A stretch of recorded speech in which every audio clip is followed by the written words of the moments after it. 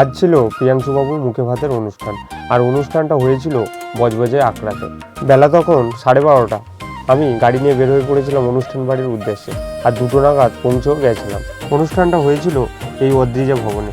আমার ওখানে পৌঁছতে যেহেতু দেরি হয়ে গেছিলো, তো আমি ভেবেছিলাম হয়তো মুখে ভাতের অনুষ্ঠানটা আমি দেখতে পাবো না, বাট পরে জানতে পারলাম যে মুখে ভাতের অনুষ্ঠান এখনও শুরুই হয়নি। আমাদের প্রিয়াংশুবাবুর মুখে ভাতের অনুষ্ঠানটা এইখানে করার জন্য জায়গাটা খুব ভালোভাবেই সাজানো হয়েছিল।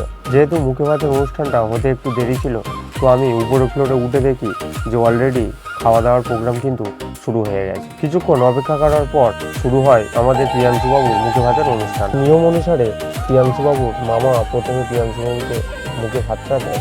এনারা হলেন প্রিয়াংশুবাবুর বাবা আর মা। মুখে ভাতের অনুষ্ঠান শেষ হলে শুরু হয় ফটোশ্যুট। সবাই সবার মতো ছবি তুলছিল, আমিও সেই ফাঁকে প্রিয়াংশুবাবুর সাথে একটা ছবি তুলে নিই। ফটোশ্যুটের কাজ শেষ হলে আমরা সবাই চলে যাই পেট পুজো করার জন্য।